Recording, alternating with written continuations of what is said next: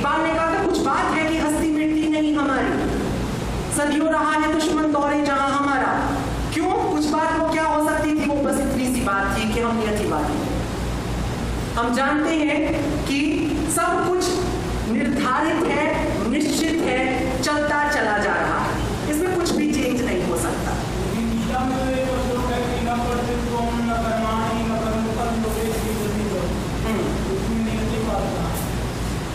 उसी गीता में बड़ा सामान्य सा एक शब्द है जो बहुत फेमस है, छोटे छोटे बच्चे जानते हैं, कर्मण्येवाधिकारस्ते मा फलेषु कदाचन, कर्म करो फल की चिंता ना करो। क्या अर्थ है इसका? मैं इस बॉटल को उठा करके दरवाजे पर फेंक दूं बगैर इस उद्देश्य से कि इस बॉटल को जाकर के दरवाजे पे लगना है, ये तो बड़ा मूर्खतापूर्ण तर्क था।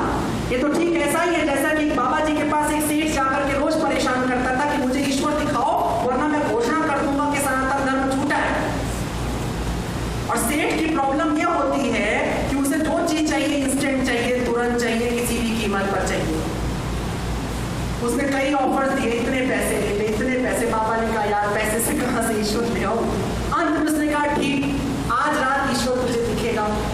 उसने कहा ठीक, कहां दिखेगा? बोला देख शमशान में जाना, शमशान में 3 हाथ नीचे गड्ढा खोदना और उस गड्ढे से एक मुट्ठी मिट्टी निकालना और उस मिट्टी को निकाल करके अपनी हथेली पर लगाना और लगाते ही तू कहना ईश्वर दिख, और ईश्वर तेरी हथेली पे दिख जाएगा। उसने कहा वाह इतना सरल, आज क्या रात दिखा। उसने कहा देख इतना याद रखना कि जिस वक्त तो हथेली पर मिट्टी लगा कर देखे तो तुझे बंदर का ख्याल नहीं आना चाहिए। यदि ऐसा हुआ ईश्वर नहीं दिखे। और कहते हैं सेठ उसी शमशान में मर गया, पूरे जीवन मिट्टी लगाते लगाते, क्योंकि हर बार बंदर का ख्याल रहने लगा, है ना? समस्या है। सूत्र को समझो।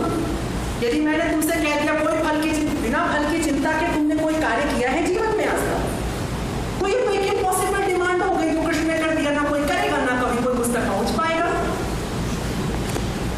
ये तो मूर्ख बनाने का धंधा हुआ। उससे इसी तो निर्मल बाबा है, समोसे से कम तुम्हारे पास कृपा तो पहुंचा दे रहा है। कर्मण्येवाधिकारस्ते मा फलेषु कदाचन। हाँ किसका? मैं बता रहा हूं, मेरा जो विश्वास है वो आपको बता रहा हूं, ठीक है? कृष्ण कहते ये नहीं कहता है कि तुम चिंता, वो कृष्ण कहता है निरर्थक है। कृष्ण उस निरर्थकता की बात करता है जो नियतिवाद से जन्मता है। कृष्ण कहता है तुम्हारे अधिकार में कर्म है, तुम्हारे अधिकार में फल नहीं है, इसलिए अनर्गल रूप से उसकी चिंता करके अपना समय, अपना हृदय, अपना स्वास्थ्य मत गवाओ, इस मूर्खता में मत पड़ो। तुम्हारी समस्या यह है कि तुम चिंतन करते हो फल की, परिणाम की, जो तुम्हारे इख्तियार में ही नहीं है। एक और मुझे कथा, चुटकुला मुझे याद आता है कि एक बड़े बुद्धिमान व्यक्ति थे, प्रोफेसर साहब थे, उनको कहीं सेमिनार में जाना था, दिल्ली से इलाहाबाद। वो ट्रेन में बैठे हुए थे और बड़ी तेजी से कोच में इधर से उधर भाग रहे थे, इधर से उधर भाग रहे थे। टीटी ने कहा कि भाई इधर से उधर क्यों भाग रहे हो? उसने कहा ट्रेन 2 घंटे लेट है और मैं टाइम पर पहुंचना चाहता हूँ। यही है कर्मण्येवाधिकारस्ते मा फलेषु कदाचन। कोच में इधर से उधर दौड़ने से ट्रेन अपना समय नहीं बढ़ा देती, लेकिन हम यही करते हैं। हम कोच में इधर आपके पास पूछने का अवसर मिलेगा, तब तक आप सुनते रहेंगे, ठीक है? अभी मैं कह रहा था भैया गुड लिसनर, यदि तुम्हारे तर्क चालू है तो मैं तुम तक नहीं पहुंचने वाला हूं, पूरा सुनो, बीच में से शाखा मत तोड़ो। एक बच्चे ने कहा मटर का दाना, मटर का पेड़ उगाऊंगा। मटर के दाने को उसने बो दिया मिट्टी में, रोज खोल के देखता, पौधा निकला, पौधा निकला, पौधा निकला। काफी समय बीत गया, पौधा नहीं निकला। उसके बाप ने कहा तो रोज मिट्टी में क्या करता है? बोला मटर बोया है, रोज खोदता हूँ। बाप ने कहा 1 हफ्ते बाद अब की खोदना। 1 हफ्ते बाद पौधा बाहर निकल आया। तो कम से कम थोड़ा सा समय दीजिए, 1 घंटे में पौधा निकलेगा, ठीक है? इंपॉर्टेंट चीज ये है कि वो कहता है कर्मण्येवाधिकारस्ते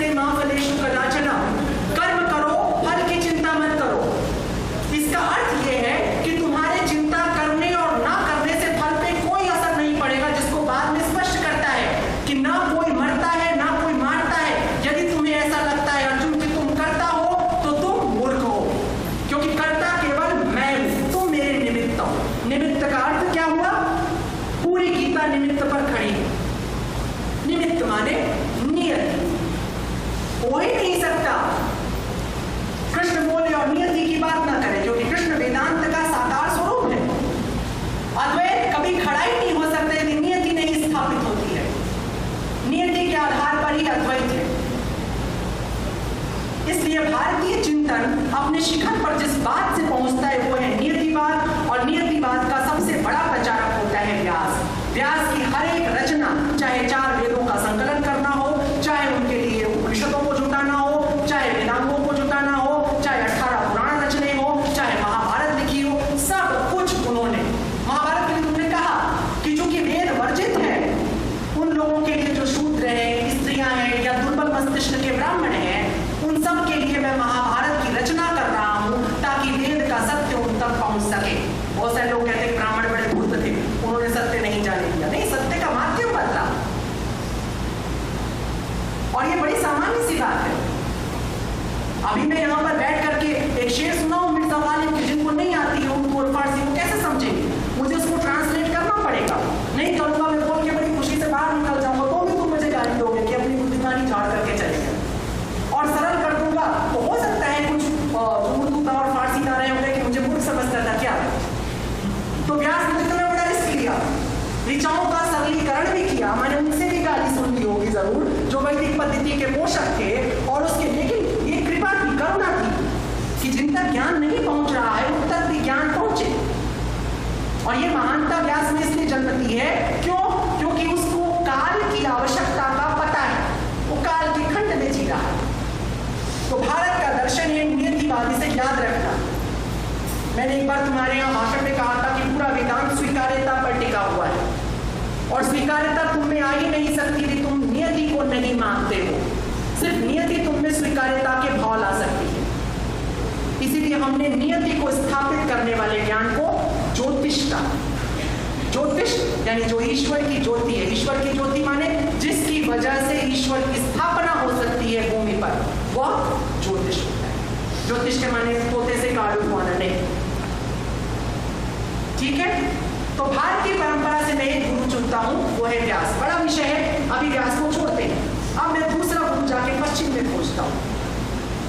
पश्चिम की, ये मेरे अपने आकलन है, आप स्वतंत्र, मैंने पहले भी कहा, वशिष्ठ को चुन सकते हैं, आप विश्वामित्र को चुन सकते हैं। मैं पश्चिम से किसी का नाम लेने जा रहा हूं, किसी अन्य का नाम ले सकते हैं, लेकिन मैं जो बता रहा हूं वो अपने विचार से।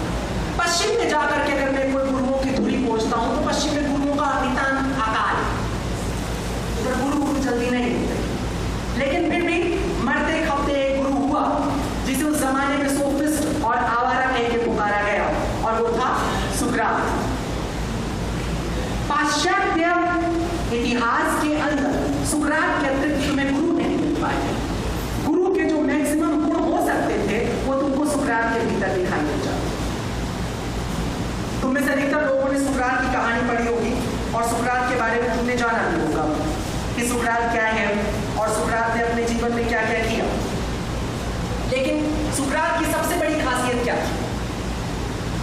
देखो, गुरुओं के 4 केंद्र हो सकते हैं, मैं उसको बताऊंगा पूरी दुनिया से चुन करके, ठीक है। यद्यपि इसको चारों भारत में मिल सकते थे, लेकिन मैं थोड़ा सा ग्लोबल हो रहा हूँ इस वक्त। 4 केंद्र होंगे गुरुओं के, और इन 4 केंद्र, वैसे 5 केंद्र होते हैं, लेकिन पूरी दुनिया में सिर्फ 4 ही मिल रहे हैं, 5वां नहीं मिल पा रहा है, इसलिए मैं 4 पिक कर रहा हूँ। 4 तरह के व्यक्तियों से तुम अपनी शिष्यता ले सकते हो। एक तो तुमको मिला नियतिवादी, ठीक है। अब तुम्हारे पास दूसरा गुरु आता है पश्चिम से, और वो है सुकरात। और सुकरात की विशिष्टता क्या है? पूरा का पूरा पश्चिम उसी पे टिका हुआ है।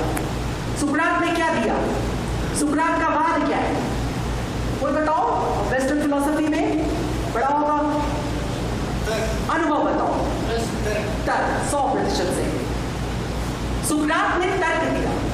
भारत में भी तर्क है, लेकिन वहां में नहीं, मैं पश्चिम में खड़ा हूं। सुकरात ने पश्चिम को तर्क सिखाया, तर्क का स्तर सिखाया, तर्क कैसे होना चाहिए और तर्क द्वारा ही कैसे सत्य तक जाने का प्रयास किया जा सकता है। ये सुकरात है। सुकरात के पूरे जीवन में कुछ नहीं है, आवारागर्दी है और बातें, बातें हैं और आवारागर्दी, यही है पूरा सुकरात, है ना। मरने तक उसकी आवारागर्दी भी चलती है और बातें भी चलती है। देखो मैं टांगों से मर रहा हूँ, देखो मैं हाथों से मर रहा हूँ, देखो मैं मरा, ठीक है ना। यही है सुकरात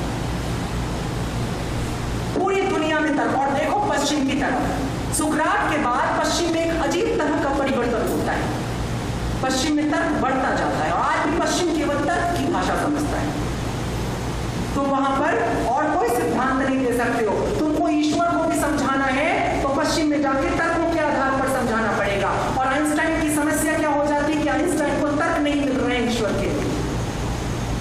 मानना तो चाहता है, तो नेचुरल गॉड कह के छोड़ देता है ना? कहता है मैं खोजता हूँ ईश्वर को, तलाशता हूँ, ऐसा लगता तो है, लेकिन वो वाला ईश्वर कतई नहीं जो यहूदी किताबों में लिखा हुआ है, मैं उसे नहीं मानता। बड़ा अच्छा एक शब्द भी बोला था आइंस्टाइन ने, शायद वो भारतीय दर्शन की प्रशंसा कर देता है। कहता है यदि कोई ईश्वर है तो कतई वो नहीं जो हुकूमत करता है, जो तुम्हारा न्याय करता है, जो जस्टिस करता है, वो ईश्वर नहीं हो सकता। वो सिर्फ मनुष्य की थोथी परिकल्पना हो सकती। अगर कोई ईश्वर होगा तो वो संपूर्ण ब्रह्मांड में व्याप्त होगा, माने पूरा ब्रह्मांड उस ईश्वर से चलता चला जाएगा। गॉड पार्टिकल्स अभी पिछले दिनों ढूंढे जा रहे थे, सबने पढ़ा होगा। आइंस्टाइन की सोच का कुछ हिस्सा। पूरा पश्चिम तर्क पे खड़ा होता है, और तर्क से भौतिक विज्ञान का जन्म होता है, तर्क से मनोविज्ञान का जन्म होता है, तर्क से अर्थ विज्ञान का जन्म होता है, तर्क से समाज विज्ञान का। अगर पीछे सुकरात नहीं खड़ा है तो इधर मार्क्स भी नहीं खड़ा है, आइंस्टाइन भी नहीं खड़ा है। पूरा का पूरा पश्चिमी समाज, माने पश्चिम का गुरु अगर कोई है तो कौन है? सुकरात, क्योंकि पश्चिम ने तर्क किया। आज भी तुम किसी अंग्रेज से बात करो, एक ही बात के लिए 6 तरह की वो बातें कह सकता है।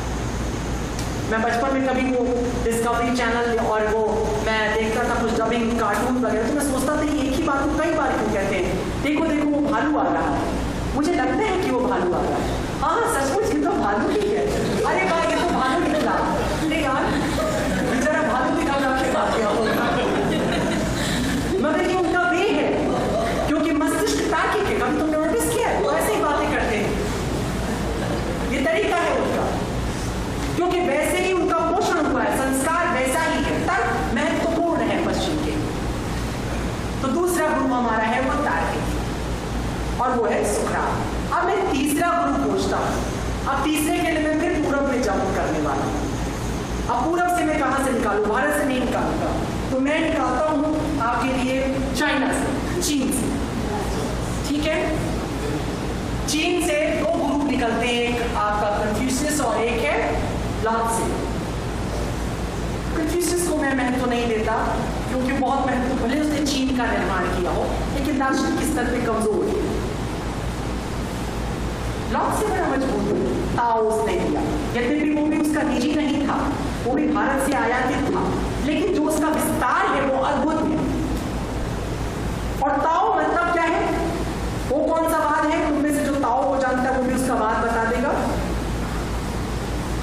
ताओ है प्रकृतिवाद। प्रकृति ही सत्य है और प्रकृति के अनुरूप चलने से तुम्हें सत्य की प्राप्ति हो जाती है। दिस इज ताओ, है ना? लात्से का बड़ा फेमस एक वचन है कि महान व्यक्ति सिर्फ तभी महान हो सकता है जब वो कोई महान काम नहीं करता। लात्से ऐसा ही उलझा हुआ है। वो कहता है प्रेम सिर्फ तभी प्रेम है जब तुमको एहसास नहीं कि तुमने प्रेम किया। अब ये विचित्र है कि तुम किसी महिला को देखते हुए जा रहे हो, एहसास नहीं प्रेम, लेकिन अचानक से लात्से याद आता है, क्या हो सकता है शायद बिना एहसास वाला या हो सकता है तुमने जिसे प्रपोज किया वो कहे मुझे प्यार नहीं, तुमको नहीं। लात्से के अनुसार तुम्हें इसका एहसास नहीं हो रहा है, मगर कुछ स्थापित तो है। तो ऐसी गलती मत कर देना। ये बहुत विस्तृत प्रेम की बात हो रही है। प्रेम वो बड़ा अच्छा गुलजार ने कहा था ना, एक लाइन कही थी, मुस्कुराहट से खिली रहती है आंखों में कहीं, और पलकों पे उजाले से झुके रहते हैं। होंठ कुछ कहते नहीं, कांपते होठों पे मगर कितने खामोश से अफसाने लिखे हुए। प्रेम शब्दों में बयां नहीं हो सकता, उसे बोला नहीं जा सकता। कबीर ने कहा था घूमे का गुड़ है, घूमे गया, मजा भी आया, चेहरे पे चमक भी आई, लेकिन